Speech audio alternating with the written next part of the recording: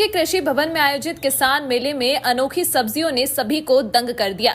यहां प्रमंडल स्तरीय उद्यान प्रदर्शनी मेले का आयोजन किया गया है। मेले में कई तरह के अनोखे फल सब्जियों की प्रदर्शनी लगाई गई है। भागलपुर के किसानों द्वारा उपजाए हुए 3 किलोग्राम की एक मूली, 15 किलोग्राम का कदीमा, पिंक मशरूम मेले में आकर्षण का केंद्र बना हुआ है। 3 किलोग्राम की अनोखी मूली की बात करें तो इसे भागलपुर के किसान साहेब साव ने ही उपजाया है। उन्होंने बताया कि 24 इंच की मूली है जिसका वजन 2.5 से 3 किलोग्राम तक है। इसको उपजाने में 70 दिन लगे हैं। जैविक खाद की मदद से इसे उपजाया गया है। वहीं 10 किलोग्राम से अधिक वजन का कदीमा अमूमन देखने को नहीं मिलता है, लेकिन अपनी मेहनत से किसानों ने इसे उपजाया है। वहीं मेले में महिला किसान स्वर्ण संध्या भारती द्वारा उपजाया पिंक मशरूम भी लोगों को अपनी ओर आकर्षित कर रहा है। यह सामान्य मशरूम से अलग है और महंगा भी है। विटामिन की मात्रा सामान्य से अधिक है। उत्पादन की बात करें तो यह मात्र 10 से 12 दिन में तैयार हो जाता है। वहीं सामान्य मशरूम को तैयार होने में 20 से 25 दिन का समय लगता है। प्रदर्शनी को देखने के लिए भागलपुर समेत आसपास के कई जिलों से काफी संख्या में किसान व अन्य लोग पहुंच रहे हैं। मूली क्या कुछ है खास कर? वो तो 2.5 किलो 3 किलो का है। उसका लंबाई करीब 22 इंची 23 इंची 24 इंची तक है। कैसे उपजाए, क्या कुछ है? वो जमीन को मिट्टी को पूरा ढीला करके कोर के वर्मी कंपोस्ट दे के डीएपी पोटास फास्फेट सब मिला के छीट के उसको मिला दिया, तब बिया बुन के फिर मिला दिया। कितना बड़ा मूली उपजाए, लोग क्या कहते हैं देख के? सब जाते होंगे। देख के क्या होगा, छोटा सा उसको बेचे पहले 15 का 20 का आश्चर्य किलो। हो रहा है लोगों को, लोग को आश्चर्य हो हाँ रहा है। पूरा आश्चर्य हो रहा। हाँ।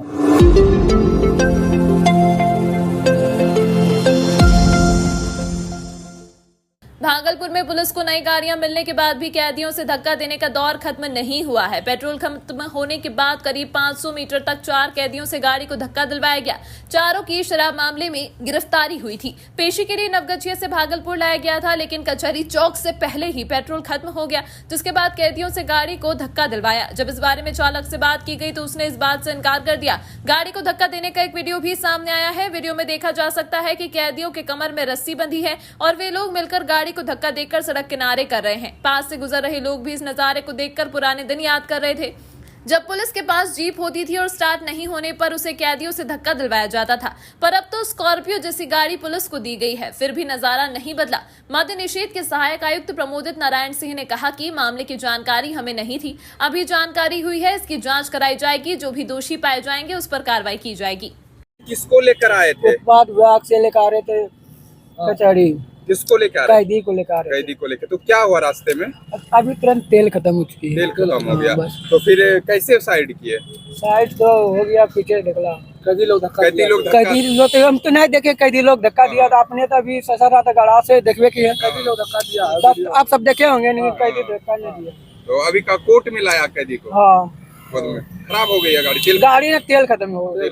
इसके बारे में अभी संज्ञान में आपके माध्यम से हमारे पास आया है, मामला संज्ञान में आया है और इसकी हम जांच करवा देते हैं। निरीक्षक मद्य निषेध को मैंने बोला भी है कि जांच करके अविलंब हमें बताएं कि किस वजह से ऐसा हुआ है। अगर गाड़ी वाले की वजह से हुआ है तो उस पर भी कार्रवाई होगी, गाड़ी हम हटाएंगे। और अगर कोई पदाधिकारी इसमें दोषी होंगे तो उन पर भी कार्रवाई के लिए मैं अनुशंसा करूंगा मुख्यालय से।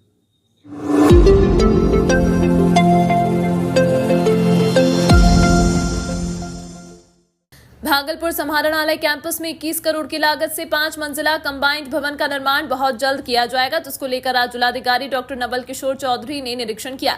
इस निरीक्षण में जिलाधिकारी के अलावा एसडीएम धनंजय कुमार, डीडीसी कुमार अनुराग, कई इंजीनियर व पदाधिकारी मौजूद थे। जिलाधिकारी डॉक्टर नवल किशोर चौधरी ने बताया कि भागलपुर का पुराना समाहरणालय भवन व जिलाधिकारी कार्यालय ऐतिहासिक है। 21 करोड़ की लागत से बना रहे भवन में कई विभाग समाहित रहेंगे। साथ ही उन्होंने कहा कि यह भवन 5 मंजिला भवन बन रहा है और कम से कम 100 वर्षों तक इस भवन में किसी तरह की दरारें न आए, इस पर विशेष ध्यान रखा जाएगा। इस कंबाइंड बिल्डिंग में सारा विभाग एक ही छत के नीचे होगा, इसे धरोहर के रूप में सुरक्षित रखा जाएगा। वहीं उन्होंने इसको लेकर एसडीएम, डीडीसी एवं विभाग के इंजीनियर से भी वार्ता की। इस भवन को बनाने में विशेष ध्यान यह रखा जा रहा है कि पहले से बने कम से कम भवन को तोड़ना पड़े, आमजनों को आने जाने में किसी तरह की परेशानी न हो। साथ ही एक ही कैंपस में लगभग सभी विभाग समाहित हो, जिससे लोगों को दूरी तय न करना पड़े। यहाँ पे 5 मंजिला कलेक्ट्रेट भवन बनाया जाना है आज, जिसमें कि मैं डीडीसी साहब के साथ और एसडीओ साहब के साथ निरीक्षण कर रहा हूँ और ये देख रहा हूँ कि कहाँ बनाना ज़्यादा बेटर रहेगा, जहाँ से कि आम जनों को भी सुविधाजनक हो सके, साथ ही दूसरी हमें कम से कम बिल्डिंग तोड़ना पड़े और तीसरा चूँकि ये कलेक्ट्रेट बन रहा है तो 100 साल के लिए बन रहा है, तो यहाँ का कलेक्ट्रेट पहले भी हिस्टोरिकल बिल्डिंग रहा है, तो उसको हम लोग रक्षित भी कर सकें और बेहतर बना सकें। सारी भवन जो है सारे विभाग की जी, इसमें जो कई ऐसे विभाग हैं जिनकी छोटी छोटी बिल्डिंग है, तो उन सभी विभागों को समाहित करके एक बड़ी बिल्डिंग बनाई जाएगी, जिसमें सभी पदाधिकारी एक साथ एक छत के नीचे बैठ सकेंगे और हम लोग बेहतर समन्वय से काम कर सकेंगे।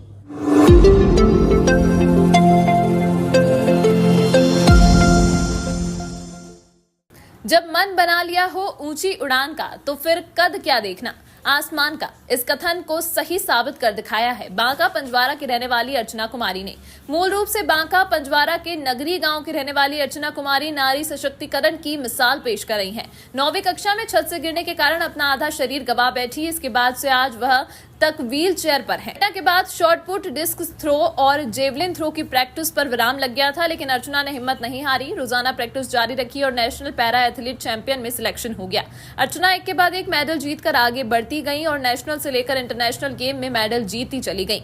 शॉर्ट पुट, डिस्क थ्रो और जेवलिन थ्रो जैसे गेम में हिस्सा लेकर अर्चना ने 7 गोल्ड मेडल, 7 सिल्वर और 4 ब्रॉन्ज मेडल अपने नाम किए। चीन की राजधानी बीजिंग और इंडोनेशिया में आयोजित अंतर्राष्ट्रीय एथलीट प्रतियोगिता में भी हिस्सा लिया और मेडल जीत कर आई। वर्तमान में अर्चना भागलपुर के दिव्यांगजन सशक्तिकरण कार्यालय में नौकरी कर रही हैं। अर्चना के इस हौसले से परिवार और समाज के लोग काफी खुश हैं।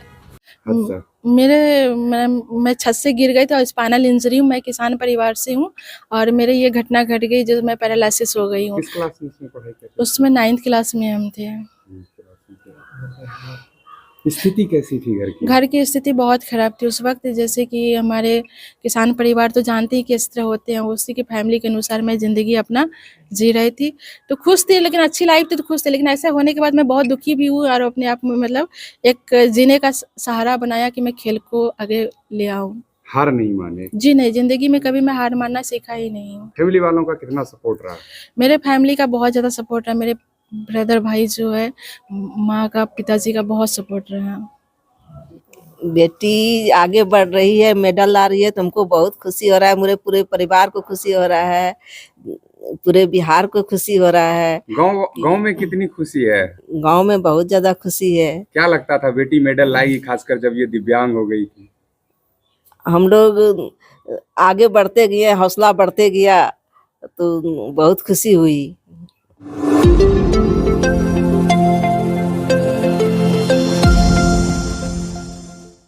भागलपुर के घोंगा थाना क्षेत्र के पन्नूचक में युवक की मौत हो गई। युवक शौच के लिए नदी के किनारे गया था, जहां उसका पैर फिसल गया। स्थानीय लोगों के अनुसार युवक का पैर दलदल में फंस गया था। उसने दलदल से निकलने की काफी कोशिश की पर वो नहीं निकल सका। स्थानीय लोग मौके पर जुटे, उन्होंने भी उसे निकालने की कोशिश की पर वे भी कामयाब नहीं हुए।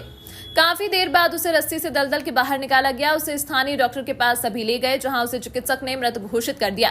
मृतक के दादा ने कहा कि 6 माह से पन्नूचक स्थित ईंट भट्टे में काम करता था। शनिवार को शौच के लिए वह नदी किनारे गया, तभी पैर फिसल गया, जिसके कारण वह दलदल में फंस गया। लोगों को जानकारी मिली तो लोगों ने काफी निकालने का प्रयास भी किया, लेकिन नहीं निकाल पाए।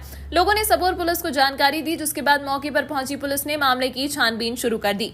मृतक 2 भाइयों में बड़ा था, इस वजह से उसके कंधे पर घर की जिम्मेदारी थी। मृतक युवक की पहचान पीरपेंती थाना क्षेत्र के आशाराम पंचायत निवासी राजेंद्र मंडल के पुत्र आशीष कुमार के रूप में की गई है। मृतक के परिजनों ने मुआवजे की मांग की है। इधर पुलिस ने शव को अपने कब्जे में लेकर पोस्टमार्टम के लिए जवाहरलाल नेहरू मेडिकल कॉलेज अस्पताल भेज दिया है। ये जो बच्चा डूब के मरा है, ये रिश्ते में मेरा पोता लगता है और ये पीरपैती के जबदी टोला का परशुरामपुर पंचायत के अंतर्गत इसका घर है और ये यहाँ पे मिट्टी के खदान में जो है वो काम करता था, मतलब वो जो ईटा उटा जो ये होता है उसी में। और इसे सोच लगा और ये बगल में ही वो जो पानी का छारन जैसा होता है उसी में पैर फिसल जाने से जो है ये अंदर किस तरह से फंस गया, जो बाहर नहीं निकल पाया। बहुत कोशिश किया, लेकिन वहाँ के ग्रामीणों के द्वारा, मजदूरों के द्वारा देखने के बाद हो हल्ला होने पर इसको जो है निकाला गया। और निकालने के बाद जो ग्रामीण डॉक्टर होते हैं उन लोग के द्वारा जो है देखा गया तो बताया गया कि ये मृत हो चुका है।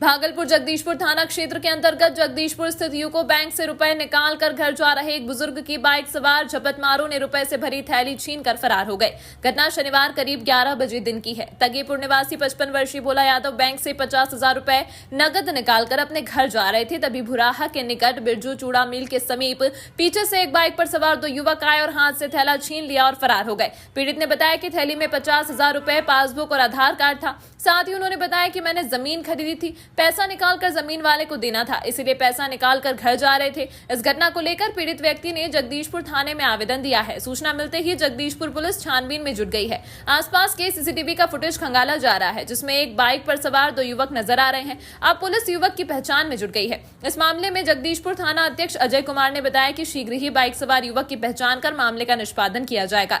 वहीं मौके पर विधि व्यवस्था डीएसपी मंगलेश कुमार सिंह पहुंचकर मामले की छानबीन कर रहे हैं। सर उसके बाद उनसे मोटरसाइकिल आगे ऐसे झोले पे घींच लिया। कितना पैसा छीन लिया? 50,000। 50,000। आधार कार्ड पासबुक बता।